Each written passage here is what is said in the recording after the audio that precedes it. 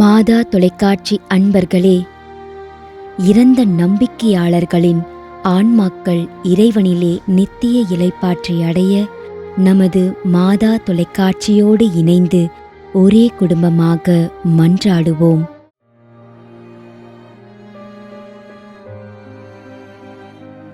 ஆண்டன் ரஞ்சீவ் 45ஆம் மாதம் நினைவஞ்சலி.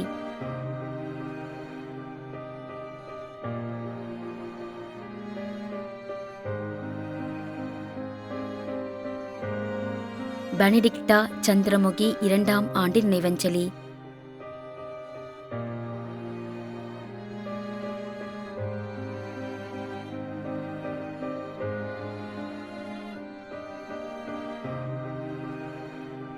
திருமதி ராணி அருள்.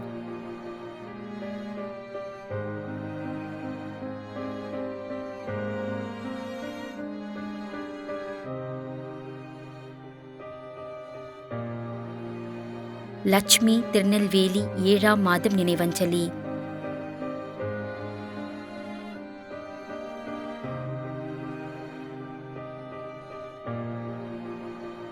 குடும்பத்தில் இறந்த அனைத்து ஆன்மாக்களின் இளைப்பாட்சிக்காகவும் மற்றும் போரில் இறந்த அனைத்து ஆன்மாக்களின் இளைப்பாட்சிக்காகவும் வேண்டிக் கொள்கிறோம்.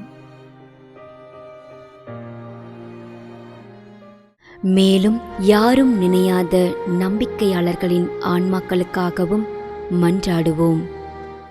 தந்தை, மகன், தூய ஆவியாரின் பெயராலே ஆமென். ஆண்டவருடைய பெயராலே நமக்கு உதவி உண்டு. விண்ணையும் மண்ணையும் படைத்தவர் அவரே. அருள்வாக்கு. திருவெளிப்பாட்டு நூலிலிருந்து வாசகம். அதிகாரம் 14, இறைவார்த்தை 13. விண்ணகத்திலிருந்து ஒரு குரலை கேட்டேன். இது முதல் ஆண்டவரோடு இணைந்த நிலையில் இறப்போர் பேறு பெற்றோர் என எழுது என்று அது ஒலித்தது. அதற்கு தூய ஆவியார், ஆம், அவர்கள் தங்கள் உழைப்பில் இருந்து ஓய்வு பெறுவார்கள், ஏனெனில் அவர்களின் செயல்கள் அவர்களை பின்தொடரும் என்று கூறினார். ஆண்டவரின் அருள்வாக்கு. இறைவனுக்கு நன்றி. நம்மிடையே வாழ்ந்து இறந்து போன இறைவனின் அடியார்களுக்காகவும், மேலும் குறிப்பாக மாதா தொலைக்காட்சி வழியாக நீத்தார் நினைவில் இன்று நினைவு கூறும் இறைவனின் அடியார்கள் அனைவருக்காகவும் மன்றாடுவோம்.